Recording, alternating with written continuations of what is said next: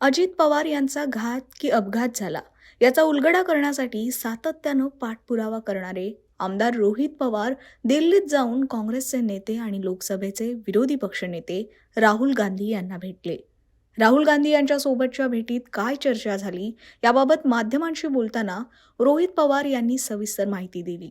अजित पवार यांच्या अपघात प्रकरणात एफआयआर घेतला जात नसल्यानं राहुल गांधींनाही आश्चर्य वाटल्याचं रोहित पवार यांनी सांगितलं. रोहित पवारांना मदत लागल्यास काँग्रेस पक्षाकडून मदत केली जाईल असा शब्दही राहुल गांधींनी दिल्याचं त्यांनी सांगितलंय. जनतेसाठी दादांबरोबर राहिलेला एक नेता आणि त्याच्याच बरोबर फक्त तेच नाही, दुसऱ्या पक्षातले सुद्धा नेते जे दादांबरोबर अनेक वर्ष काम करत होते ते सुद्धा त्या लग्नाला तिथं उपस्थित होते. त्यांनी सुद्धा कुठे ना कुठेतरी विश्वासघात केला असं आपल्याला म्हणावं लागेल. नाहीतर आतापर्यंत महाराष्ट्रामध्ये एफआयआर व्हायला पाहिजे होता, अधिवेशनामध्ये चर्चा करण्याची संधी त्या ठिकाणी द्यायला पाहिजे होती. त्याचबरोबर सीबीआय कडे हा प्रस्ताव जाऊन एकाच दिवसामध्ये हा प्रस्ताव मान्य करून सीबीआयची आतापर्यंत एन्क्वायरी तिथं सुरू व्हायला पाहिजे होती. पण नाही, पैसा वाचवणं, VSR ला वाचवणं, सत्ता वाचवणं ह्याच्यातच काही लोक तिथं मग्न आहेत. मग या वाचवा वाचवीच्या मागे कुठेतरी षडयंत्र आहे का याची शंका मात्र या ठिकाणी मोठ्या प्रमाणात होताना आणि ते सुद्धा लोकात या बाबतीत चर्चा होताना नक्कीच त्या ठिकाणी दिसते. प्रफुल्ल पटेल यांचं नाव होत आहे, पण त्यांच्याकडनं कुठलंही स्पष्टीकरण दिलं गेलेलं नाही. तुम्ही आता म्हणता की प्रफुल्ल पटेल जेव्हा बोलतील तेव्हा मी फोटोचे पुरावे समोर आले, माझ्याकडे फोटो आहे. पण जर समजा प्रफुल्ल पटेल बोललेच नाही तर येत्या काही दिवसात तुम्ही असं सांगणार आहात का? तुम्ही मागच्या वेळी म्हणाले होते की आपण नाही बोलले तर मी करेल, तसं तुमचं काय आहे? जर माहिती बोलले तर तुम्ही फोटो वगैरे काही समोर आणणार आहात? त्यांच्या बाबतीतली जी माहिती नक्कीच मी लोकांसमोर आणीलच, पण त्याच्या आधी माझ्याकडे अजून एक वेगळी माहिती आलेली की जी सोमवारी मी मुंबईमध्ये प्रेस कॉन्फरन्सच्या मदतीने लोकांसमोर तिथं आणेल. आणि ती माहिती बघितल्यानंतर कशा पद्धतीने सरकार चालते आणि कशा पद्धतीने सरकार मित्रांना म्हणजे व्यावहारिक मित्रांना वाचवते हे अजून स्पष्टपणे आपल्या समोर नक्कीच आल्याशिवाय राहणार नाही. यामध्ये हा पण आहे की पवार कुटुंब एक मोठं कुटुंब आहे, एकतेसाठी ओळखलं जातं. मात्र एकीकडे पाहायला गेलं तर तुमच्या कुटुंबातील काही लोक सत्तेत आहेत, खास करून अजितदादाच्या फॅमिलीमध्ये आहेत आणि त्यांना ही सगळी माहिती कळाल्यानंतर या संदर्भात ते कुठेच काही बोलत नाही. त्यामुळे परिवारामध्ये एकता नाही असं दिसतं. नाही, विषय परिवाराचा हाय नाही हाय हे मला तरी त्या ठिकाणी सांगता येणार नाही. राहिला प्रश्न व्यक्तीचा नाही तर विचाराचा. आपल्याला काय महत्वाचं आहे आणि कशासाठी आपण लढायचं हे त्या त्या व्यक्तीने ठरवलं पाहिजे. आज आम्ही विचारासाठी लढतोय, दादांसाठी लढतोय. ही मागणी काय फक्त रोहित पवारांची असं समजून चालणार नाही. ही मागणी अख्ख्या महाराष्ट्राची आहे की अजितदादांना तिथं न्याय मिळाला पाहिजे.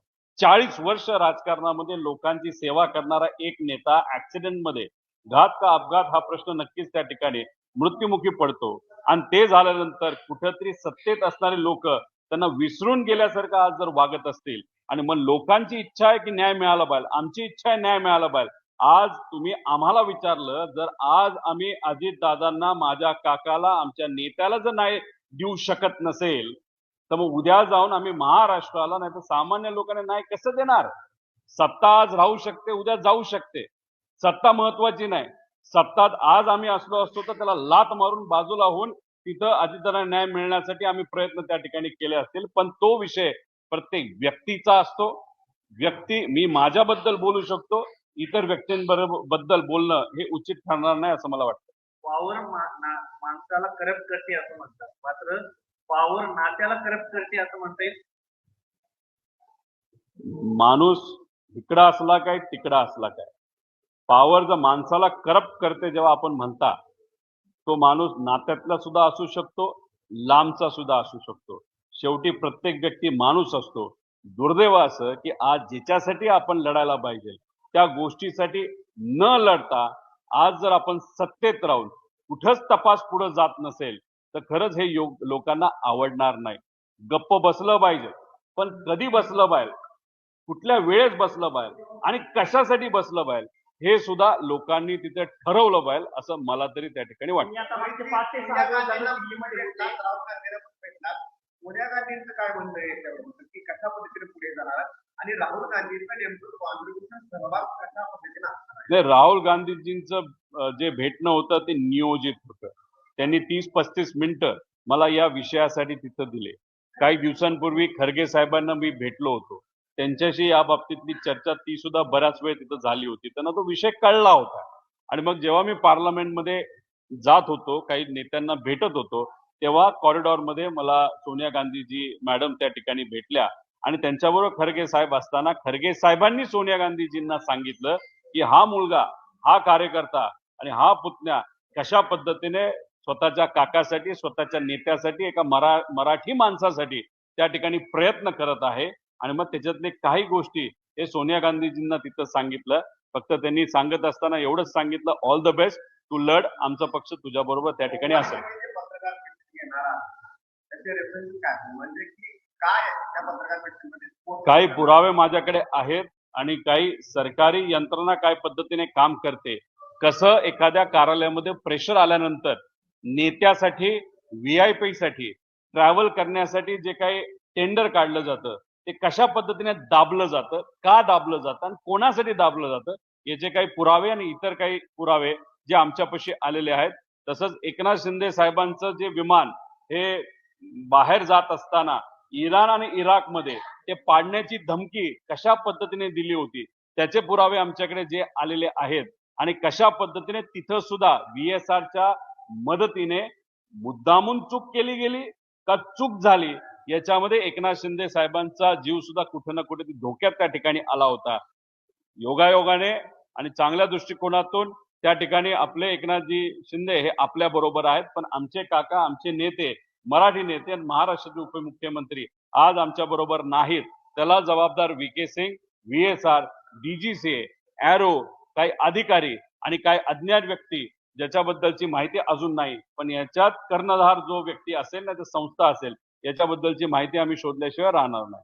आज जे कोणी सत्तेत आहेत, भाजप बरोबर सत्तेत आहे, त्यांच्यामध्ये सुद्धा कुठे ना कुठे ते अहंकार आलाय असं आपल्याला म्हणावं लागेल. अजितदादांचा ऍक्सिडेंट ज्या कंपनीमुळे झाला, त्या कंपनीचं नाव VSR, ज्या व्यक्तीमुळे झाला VK सिंग, आणि त्याच्या पाठीमागे कोण आहे अजून आपल्याला सापडलं नाही. याच VSR कंपनी बरोबर वेगळ्या वेगळ्या ठिकाणी, वेगळ्या वेगळ्या संदर्भात आर्थिक आणि व्यक्तिगत संबंध हे TDP या पार्टीचे आहेत. आणि TDP पार्टीचा जो एक खासदार आहे राम मोहन नायडू, हे स्वतः आज एव्हिएशन मंत्री आहेत आणि यांच्या अंतर्गत AIB आज तपास करत आहे.